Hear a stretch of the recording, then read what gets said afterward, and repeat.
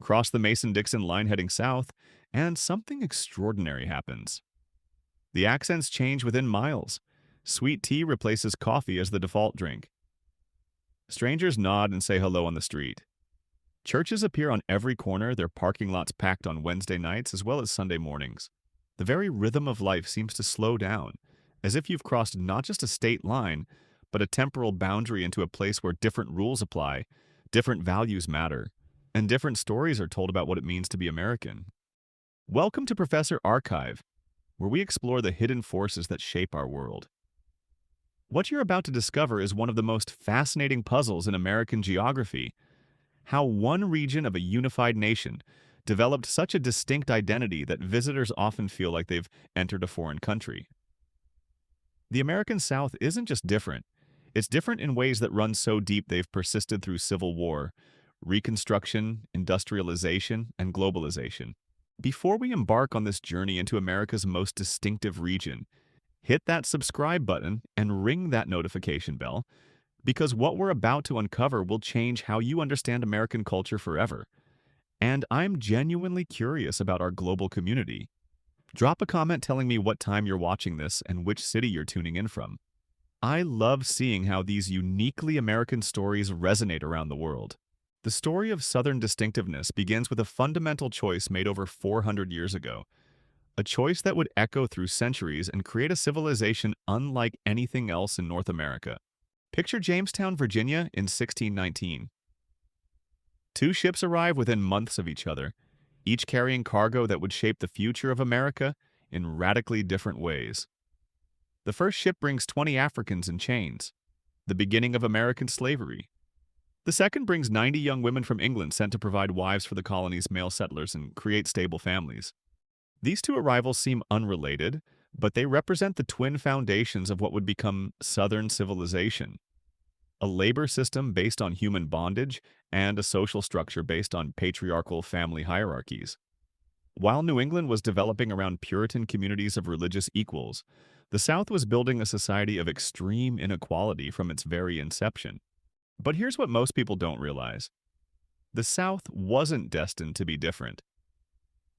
In the early colonial period, Virginia and Massachusetts had remarkably similar economies, demographics, and social structures. Both relied on agriculture, both struggled with labor shortages, and both experimented with various forms of bound labor, including indentured servitude. The transformation began with a plant that would reshape human civilization: tobacco. When John Rolfe, yes, Pocahontas's husband, successfully cultivated tobacco in Virginia around 1612, he unleashed economic forces that would make the South wealthy, distinctive, and ultimately tragic. Tobacco was unlike any crop Europeans had ever encountered. It was incredibly labor-intensive, requiring year-round attention and specialized knowledge. It was also incredibly profitable. So profitable that planters quickly discovered they could afford to buy enslaved workers and still make enormous profits. Most crucially, tobacco cultivation required large plantations that functioned almost like small cities, with hundreds of workers, specialized buildings, and complex social hierarchies. By 1700, the choice had been made. While New England was developing a diversified economy of small farms, fishing, and manufacturing, the South was doubling down on plantation agriculture. This wasn't just an economic decision, it was a civilizational choice that would influence everything, from family structures to political beliefs to religious practices. Consider the story of William Byrd II, a Virginia planter whose diary from the early 1700s reveals the strange world that slavery created. Byrd was highly educated, spoke multiple languages, owned one of the largest libraries in America, and corresponded with leading intellectuals in London. Yet his daily entries casually mention whipping enslaved workers, selling families apart, and treating human beings as livestock. "I had good health, good thoughts, and good humor. Thanks be to God Almighty," he writes one day, just after recording the brutal punishment of several enslaved people. Byrd's diary reveals something crucial about Southern development. Slavery didn't just create economic differences between North and South. It created moral and psychological differences. To justify holding other humans in bondage, white Southerners had to develop elaborate ideologies about racial hierarchy, paternalistic responsibility, and natural inequality. These beliefs seeped into every aspect of Southern culture, from religion to politics to social customs. The plantation system also created a unique demographic pattern that persists today. While the North was filling up with small farmers, artisans, and merchants, the South was dividing into a small elite of wealthy planters, a somewhat larger group of small farmers, and a massive population of enslaved people. By 1860, nearly 40% of the South's population was enslaved, creating a social structure unlike anything in the Western world. This demographic reality shaped Southern politics in ways that still influence the region today. With such a large enslaved population, white Southerners lived in constant fear of rebellion. This fear drove them to create increasingly repressive laws, more rigid social hierarchies, and a political culture obsessed with maintaining control. The famous Southern hospitality? It partly developed as a way for white strangers to quickly identify each other as members of the ruling race and therefore trustworthy allies against potential slave uprisings. But slavery alone doesn't explain Southern distinctiveness. Geography played a crucial role too. The South's warm climate, long growing seasons, and abundant rainfall created agricultural opportunities that simply didn't exist in the North. But that same climate also brought challenges: devastating heat, humidity, and disease that shaped Southern attitudes toward work, leisure, and the natural world. Malaria, yellow fever, and other tropical diseases were endemic in much of the South, killing thousands every year and leaving survivors weakened and debilitated. This created a culture that valued endurance over ambition, accepted suffering as inevitable, and developed fatalistic religious beliefs that emphasized salvation in the next world rather than improvement in this one. The religious differences between North and South became profound and lasting. While New England Puritans emphasized education, hard work, and social reform as pathways to salvation, Southern evangelicals focused on personal conversion, emotional experience, and acceptance of God's will. Southern Christianity became intensely personal and otherworldly, creating believers who were passionate about individual salvation, but often indifferent to social justice. These religious differences had enormous political implications.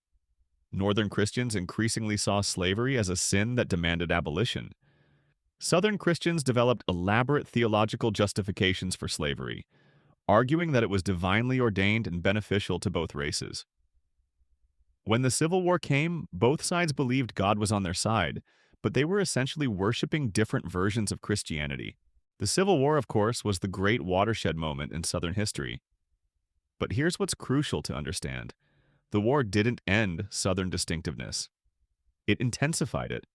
Defeat, occupation, and Reconstruction created a trauma that became central to Southern identity for generations. Consider what happened to a typical Southern family during the war. Take the Edmondson family of Georgia, middle-class farmers with a small plantation and about 20 enslaved workers. When war came, the father and oldest son enlisted in the Confederate Army. The father died at Gettysburg. The son was captured at Atlanta and spent 2 years in a northern prison camp. Sherman's army burned their house, freed their enslaved workers, and destroyed their crops. By war's end, they had lost their wealth, their labor force, their home, and half their family. But the Edmondson story doesn't end with surrender. During Reconstruction, federal troops occupied their county. The formerly enslaved people organized politically, and some were elected to local offices. The family's remaining land was divided among freed slaves through government programs. When the Edmondsons protested, they were told by federal officials that they were traitors who deserved no consideration. This experience, multiplied across millions of families, created what historian David Blight calls the traumatic memory of the Civil War era. Unlike most American wars, which were fought on foreign soil against foreign enemies, the Civil War was fought in Southern backyards against fellow Americans. The destruction was personal, the occupation was humiliating, and the social revolution was complete. The response was the creation of what we now call the Lost Cause mythology, a romanticized version of the Civil War that portrayed the Confederacy as heroic, slavery as benevolent, and Reconstruction as tyrannical. This wasn't just propaganda, it was a psychological defense mechanism that allowed white Southerners to maintain their dignity and identity in the face of catastrophic defeat. The Lost Cause became the foundation of a new Southern identity that was even more distinctive than the antebellum version. It combined romantic nostalgia for the Old South with bitter resentment toward the North, creating a culture that was simultaneously backward-looking and defiant. Southern children learned to see themselves as the inheritors of a noble but tragic tradition, surrounded by enemies who didn't understand their true nature. This mythology was reinforced by everything from school textbooks to monument dedications to family stories passed down through generations. It wasn't just believed, it was lived. Southern communities organized around Confederate memorial societies, Confederate veterans reunions, and celebrations of Confederate heroes. The Confederate battle flag became a symbol not just of the past but of ongoing Southern resistance to outside interference. The economic consequences of the Civil War also reinforced Southern distinctiveness. The destruction of the plantation system left the South economically devastated and dependent on agriculture at precisely the moment when the rest of America was industrializing. The sharecropping system that replaced slavery was only marginally better for most farmers, black and white alike. While northern cities were filling with factories, immigrants, and new wealth, the South remained largely rural, poor, and isolated. This economic backwardness became a source of both shame and pride. Shame because Southerners knew they were falling behind, but pride because they saw their poverty as evidence of their moral superiority to materialistic Yankees. The Jim Crow system that emerged in the 1890s institutionalized these cultural differences. Segregation wasn't just about separating the races, it was about creating a total system of Southern social control that reinforced traditional hierarchies and values. Jim Crow laws mandated not just separate schools and restaurants, but separate elevators, separate cemeteries, even separate public telephones.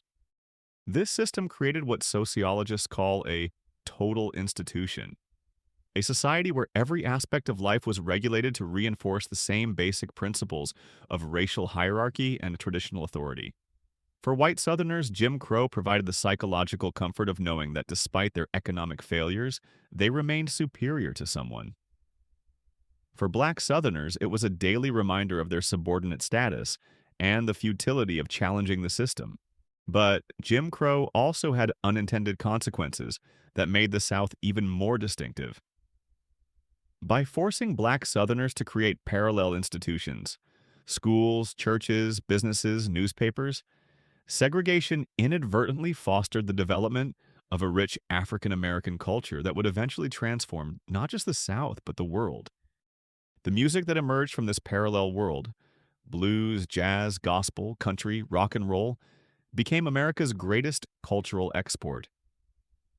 The food traditions that developed in Southern kitchens, blending African, European, and Native American influences, created a cuisine unlike anything else on earth. The religious traditions that flourished in black churches combined Protestant theology with African spirituality to create worship styles that would eventually influence Christianity worldwide. Here's the fascinating paradox.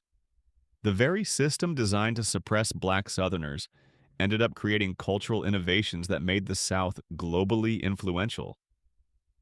Southern music, Southern food, and Southern religious styles spread across America and around the world, making the region culturally distinctive in ways that its white leaders never intended. The Great Migration of the early 20th century, when millions of black Southerners moved to northern cities, actually reinforced Southern distinctiveness rather than diminishing it. Those who left took Southern culture with them, spreading it across America, but their departure also left the South whiter, more rural, and more conservative than ever before. Meanwhile, the South's resistance to modernization created a time capsule effect that preserved traditions that were disappearing elsewhere. While northern cities were becoming cosmopolitan and diverse, many Southern communities remained homogeneous and traditional. This created a stark cultural divide that persists today. The civil rights movement of the 1950s and 1960s should have ended Southern distinctiveness by forcing the region to abandon its most distinctive institution: legal segregation. but in many ways the movement actually reinforced the sense that the South was different and under attack. Consider the experience of Little Rock, Arkansas in 1957, when federal troops were deployed to enforce school integration. For many white Southerners, the sight of American soldiers forcing Southern children to attend integrated schools confirmed their deepest fears about federal tyranny. The fact that the rest of America supported integration only proved that the South truly was different and surrounded by enemies. The massive resistance to civil rights created a siege mentality that made the South even more insular and defensive. Southern politicians built careers on opposing federal intervention. Southern churches preached against social change, and Southern families taught their children to be suspicious of outsiders bearing new ideas. But here's the plot twist. Even as the South was forced to abandon legal segregation, it was simultaneously experiencing an economic transformation that should have made it more like the rest of America. The rise of air conditioning made Southern cities livable year-round. Federal defense spending brought aerospace and technology industries to the region. The development of interstate highways connected Southern cities to national markets. By the 1980s, cities like Atlanta, Charlotte, and Nashville were becoming major economic centers that attracted businesses and residents from across the country. The Sun Belt boom brought millions of non-Southerners to the region, creating diverse cosmopolitan communities that looked nothing like the traditional South. Yet somehow, through all this change, Southern distinctiveness persisted. New residents often found themselves adopting Southern customs, Southern speech patterns, and Southern attitudes. The region's culture proved remarkably resilient and adaptable, absorbing outside influences while maintaining its essential character.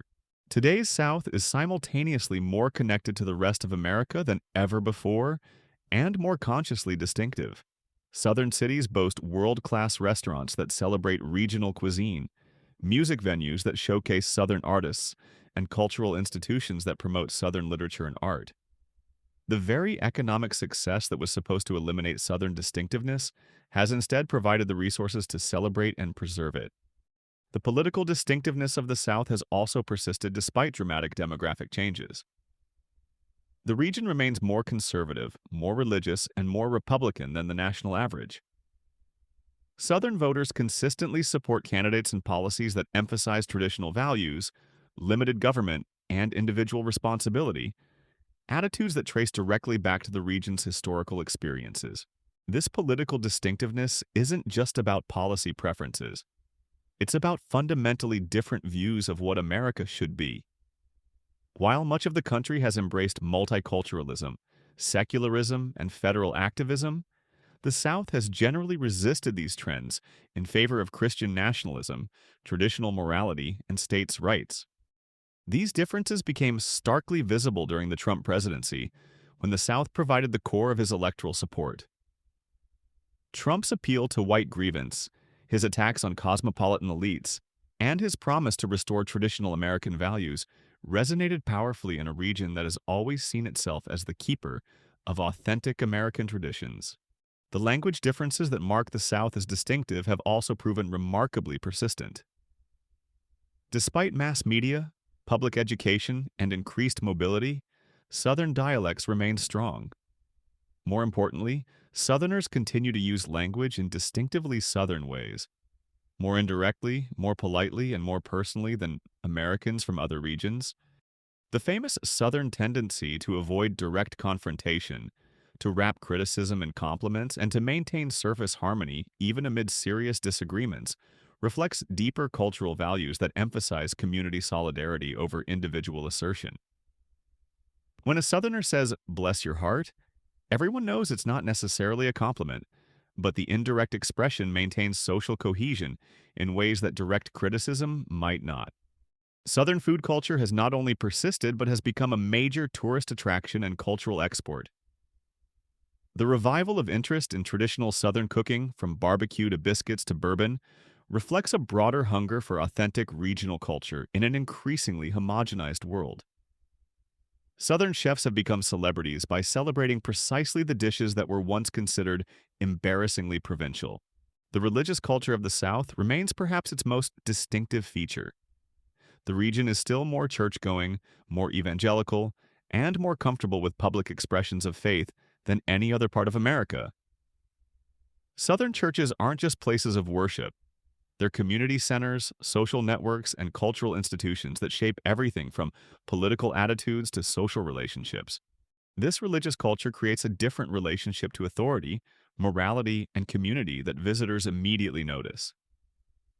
The assumption that everyone shares basic Christian beliefs, the comfortable mixing of faith and public life, and the expectation that moral considerations should influence political decisions all mark the South as distinctive in an increasingly secular America. Yet the most fascinating aspect of modern Southern distinctiveness might be how self-conscious it has become. Unlike earlier generations of Southerners who often felt defensive about their regional identity, many modern Southerners celebrate their distinctiveness as a positive good. They're proud of their music, their food, their hospitality, and their traditions in ways that would have been unthinkable during the Civil Rights era. This celebration of Southern culture has created what might be called commodified distinctiveness, the packaging and marketing of Southern identity for both residents and tourists. From heritage tourism to Southern lifestyle brands to New South festivals, the region has learned to profit from precisely the characteristics that once held it back economically. But this commodification raises important questions about authenticity and change. Is the modern celebration of Southern culture a genuine preservation of regional traditions, or is it a nostalgic fantasy that ignores the region's problematic history? When corporations market Southern values and politicians invoke Southern heritage, what exactly are they selling? The answer is complex because Southern culture itself is complex. The same region that produced slavery and segregation also produced jazz and blues. The same culture that resisted civil rights also created a tradition of hospitality and community that many find genuinely appealing. The same political attitudes that seem backward to outsiders often reflect genuine concerns about preserving local autonomy and traditional values in a rapidly changing world. Perhaps most importantly, the South today is not monolithic.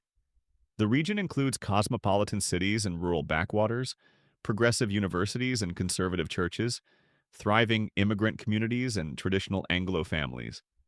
African American Southerners, Latino Southerners, and Asian American Southerners are all creating new versions of Southern identity that honor the region's cultural distinctiveness while challenging its historical exclusions. The persistence of Southern distinctiveness in the face of modernization, globalization, and demographic change suggests something profound about the power of regional culture. Despite predictions that regional differences would disappear in modern America, the South has maintained its essential character while adapting to new circumstances. This persistence reflects several factors: the depth of historical experiences that shaped Southern identity, the strength of institutions that preserved and transmitted Southern culture, and the continuing appeal of community-centered values in an individualistic society. But it also reflects the simple human need for belonging and identity in a complex world. The South feels like a different country because, in many ways, it developed as one. The historical experiences that shaped the region, slavery, defeat, occupation, poverty, and resistance, created a distinctive culture that has proven remarkably resilient. While other American regions have changed dramatically over time, the South has managed to maintain its essential character even as it has modernized and diversified. Today's visitors to the South encounter a region that is simultaneously familiar and foreign, modern and traditional, changing and unchanging. They find world-class cities with traditional values, cutting-edge industries with old-fashioned customs, and diverse populations united by shared cultural assumptions that trace back centuries. The question of why the South feels different ultimately comes down to the power of historical memory and cultural transmission. The stories a region tells about itself, the institutions that preserve and teach those stories, and the daily practices that embody cultural values all work together to create and maintain distinctive regional identities. In the South's case, these forces have created a culture that is recognizably American, yet distinctively Southern. A regional identity so strong that it has survived civil war, economic transformation, political upheaval, and social revolution. Whether that distinctiveness will survive the continuing changes of the 21st century remains an open question, but its persistence through nearly 4 centuries of American history suggests that regional culture runs deeper than many people realize. As we conclude this exploration of America's most distinctive region, I want to thank you for joining me at Professor Archive. The story of Southern distinctiveness reveals so much about how historical experiences shape cultural identity, how regional differences persist despite nationalizing forces, and how complex the relationship between tradition and change can be. The South's story is ultimately an American story, a tale of how geography, history, and culture interact to create the remarkable diversity that exists within our seemingly unified nation. Understanding why the South feels different helps us understand not just Southern culture, but the power of place and memory in shaping human identity. What's your experience with Southern distinctiveness? Have you felt that sense of entering a different world when visiting or moving to the South? How do you think regional cultures like this will evolve in our increasingly connected world? I'm genuinely interested in your perspective, so please share your thoughts in the comments below. And don't forget to tell me what time you're watching this and which city you're tuning in from. Our community spans the globe, and I love seeing how these uniquely American stories resonate with people everywhere. If this deep dive into American regional culture fascinated you, make sure you're subscribed to Professor Archive and have that notification bell activated. We explore the hidden forces that shape our world, from the grand sweeps of history to the intimate details of daily life that make each place unique. Every week, we uncover stories that help us understand not just where we've been, but who we are and how we became that way. The next time you cross into the American South, you'll understand that you're entering not just a different region, but a different version of America itself. One shaped by centuries of distinctive experiences that continue to influence how millions of people see themselves and their world. Until next time, keep exploring, keep questioning, and keep discovering the remarkable diversity that makes our world so endlessly fascinating. This is Professor Archive, reminding you that the most important stories are often the ones that help us understand the places and cultures that surround us every day.